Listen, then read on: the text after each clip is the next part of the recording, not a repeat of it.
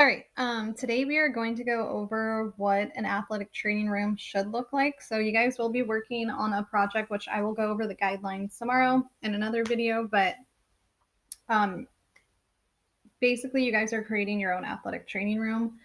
So it's just kind of important if you've never been in an athletic training room to kind of pay attention. But you guys are expected to take notes on this. So you will be submitting your notes onto Classroom. And then, like I said, tomorrow I will actually explain your project. So super important that you kind of pay attention to um, what I'm telling you.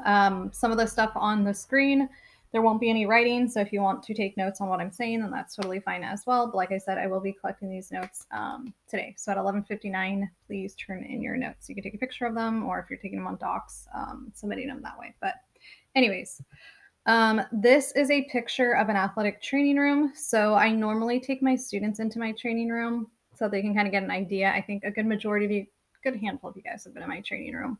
But if you've never been in one, basically it looks like a physical therapy clinic. And so where you are placing things matters. And so again, might not matter to you because maybe you'd never plan on working in athletic training, but it's just kind of important to kind of think about design in general and why things are where they are at, that sort of thing. So this is just a college athletic training room, and you'll notice that training rooms vary depending on the budget. So my training room actually is not very big, but it's not very small. It's probably one of the nicer ones that I've seen in this district, and that's just because we've been very lucky with donations and things like that versus other districts don't have those same luxuries, or other schools in our district don't have that same luxury. So this one actually is not too bad. All right, so this is another college athletic training room. You'll see it's not very big. If you are working with hundreds of athletes, as you can imagine, these rooms can get very crowded. So it's important to kind of have things in certain spots so that people are not getting in the way of each other, which again, I'll explain in a moment. But people need to come in for quick things, and then some people need to actually perform like rehab, things like that, which can take more time. So it's just important kind of the layout and design of where you're putting things so that people are not getting in the way of each other. All right, so you guys will be creating a high school athletic training room, which again, I will explain everything tomorrow. But the size of athletic training room is going to be based on the size of the school. So, or at least it should be. In a high school setting, not so much, because a lot of times athletic training rooms are just put where they have room. So they're like sometimes just like supply closets. Versus like we were lucky at our school. My athletic training room used to be where the wet room is, if you don't know what that is, but the wet room in the gym. And it wasn't very big. It was very small. It was probably, I don't even know how many square feet, maybe like 100, 150 square feet versus the training room that I have now is maybe like 400 or 500 square feet, which is much larger. So you guys will be creating an athletic training room. Yours should be at least 1,200 square feet, which is pretty good size. And then most high schools, again, are like 400, 800 square feet. And then also depending on the number of athletes, they should be larger as well. So when you get to like the Division One schools, especially like big ones like USC, UCLA, they're going to have probably a much larger facility than a D1 school that maybe is like University of California Riverside, which I actually did my clinical rotations, just because they don't have football, they don't have as many athletes, that sort of thing. And then, like I mentioned too, sorry, I'm going to go back.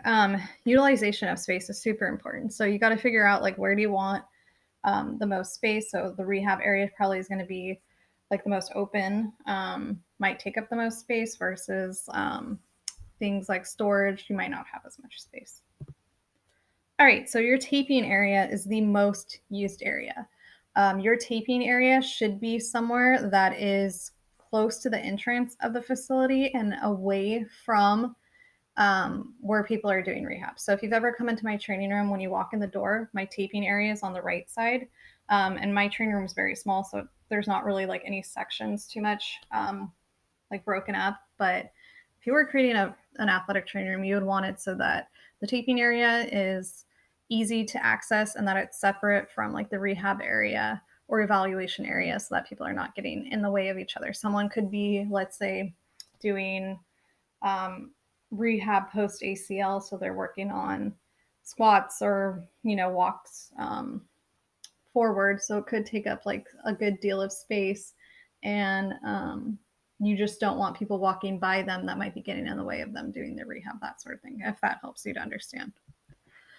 You should also have a hydrotherapy area. So hydro is just pertaining to water. So in this area, you could potentially have a refrigerator. So that's where maybe you could store ice cups if you have a freezer. You definitely want an ice machine so that you have obviously ability to make ice bags.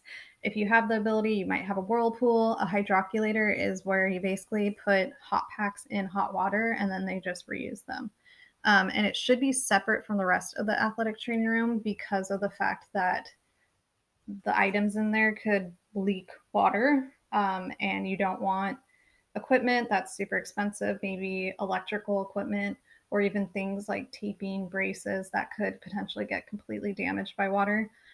You just want them separate. So you should have certain floors and draining so that you don't have flooding in the training room.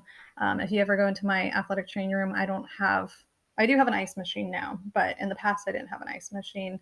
And so far, it was only put in there maybe a couple weeks before the quarantine happened, but there wasn't really any issues with water. But we wouldn't put like a whirlpool in that room just because of the fact that we don't have tile flooring.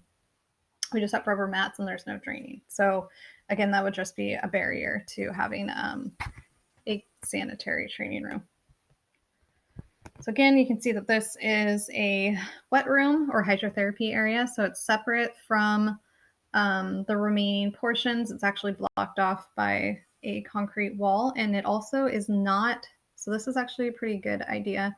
They built the wall so that it's not completely partitioned off, and a big reason why is so that, you know, you are dealing with someone who's going into water. And again, I know most people who are going into the training room probably are older and know how to, you know, take care of themselves, but there's still that potential for drowning or slips or things like that. So you just want to make sure that that's a safety thing, that someone's actually able to see who's in those rooms as well. And then you should have a general treatment area. So again, you guys will be creating your own training room. Your general treatment area is where you're examining your patients. So you're doing your evaluations.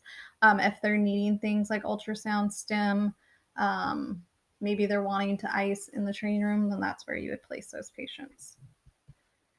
And then you'll also have a rehab area that you're going to have to figure out where you're going to place. And so in this area, you're having things like exercise bikes, ellipticals, treadmills. Again, it's going to vary on your budget. You don't have to have all of those things, but they are things that you should have if you have the space for them and finances.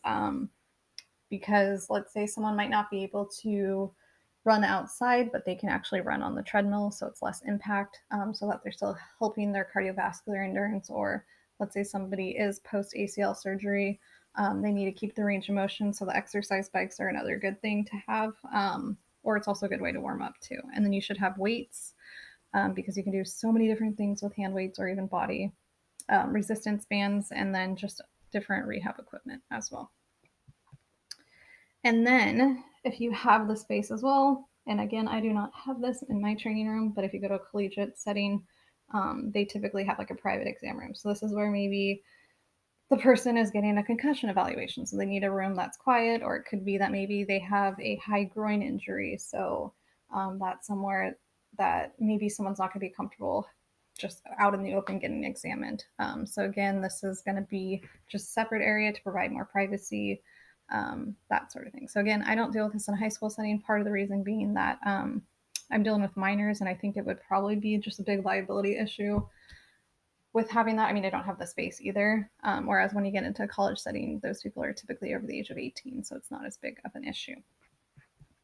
And then your area, your training room should also have an office. Ideally, it should be an office that's actually separated by a door. When you go to a collegiate setting, they have this typically. However, again, when you walk into my training room, I have no doors, anything like that, other than the one to let you into the room. So your office should have a desk. It should have filing cabinets. So I do have a filing cabinet. Those filing cabinets should have a lock, because if you are putting in patient information, it's private. So you just need to make sure you're locking it. Storage if you need it, you know, your injury logs, things like that. And then, like I said, the security is huge, because of the fact that it is HIPAA. So HIPAA requires that if you are to have patient medical records, they need to be locked behind two locks. So the lock that's on the actual filing cabinet is acceptable, and then the lock that's into, if you have a separate office, is acceptable. And then you have to think there would be another lock, if you can imagine, to get into the whole facility of the athletic training room. I only have 2 locks, so I have the one that's on my filing cabinet and then the one that gets me into my training room. Storage. So you will definitely need to have storage of your equipment or an area to store it. You want to make sure that this area too is nowhere near the wet room. And you can imagine the reason why is if that wet room floods, which does happen, all of your stuff could be damaged if it's nearby. So when you're filling up those whirlpools, sometimes you will leave to go do something because they take time to fill up. They can take like 15 minutes to fill up completely. You might leave to go take care of a patient, and then you come back and you walk into the wet room and it's completely full of water, and that's because you totally forgot to turn it off. So that has happened to a couple of my classmates when we were in our clinical rotations. That was like the first thing that our athletic training preceptor told us not to do. But again, you're not always prepared for what might be coming into the door or who's going to walk in the door, and you might need to take care of them in that moment, and then you forget that you had something else going on. So it's just human error does happen. And then if you do have any medications, things like that, you need to make sure that they are locked in a cabinet as well. And the last thing would be a locker room. So most athletic training rooms are nearby a locker room, or sometimes they're also attached to a locker room. So when you're creating your athletic training room, you will actually need to attach it to a locker room. So just making sure that there's a door that leads to it. You probably want some type of hallway in between that locker room and that door to that training room so that people aren't coming out of the athletic training room or can look into the locker room, because then again that affects privacy as well. So anyways, this is just kind of a little idea for you guys about athletic training rooms. I will post, so I normally show these videos, but they're basically just videos of different athletic training rooms, tours of them. And so I'll post the links on here. I would highly suggest that you just take a look at them because they are pretty different. You have the Florida State athletic training room, which was pretty big, but it's like no frills. It's just like a typical athletic training room for college, versus you have University of Oregon, which you will see that their athletic training room is crazy. It is extremely nice. It's not typical. They just have a lot of private donations, so their training room is like big screen TVs, things like that. So again, that one's kind of fun to watch. And then the last one's just a typical high school athletic training room. So this one's actually pretty nice too. It's bigger than what I have as my athletic training room. But again, these 3 videos, I will post the links. I would highly suggest you just take a look at them because they can give you a better idea of what a training room looks like, their layout, that sort of thing. But anyways, I will be explaining your project tomorrow, so just look out for that video. But yeah, finish taking notes on this, watch those videos, upload your notes, and then I'll talk to you guys tomorrow. Have a good day. Bye.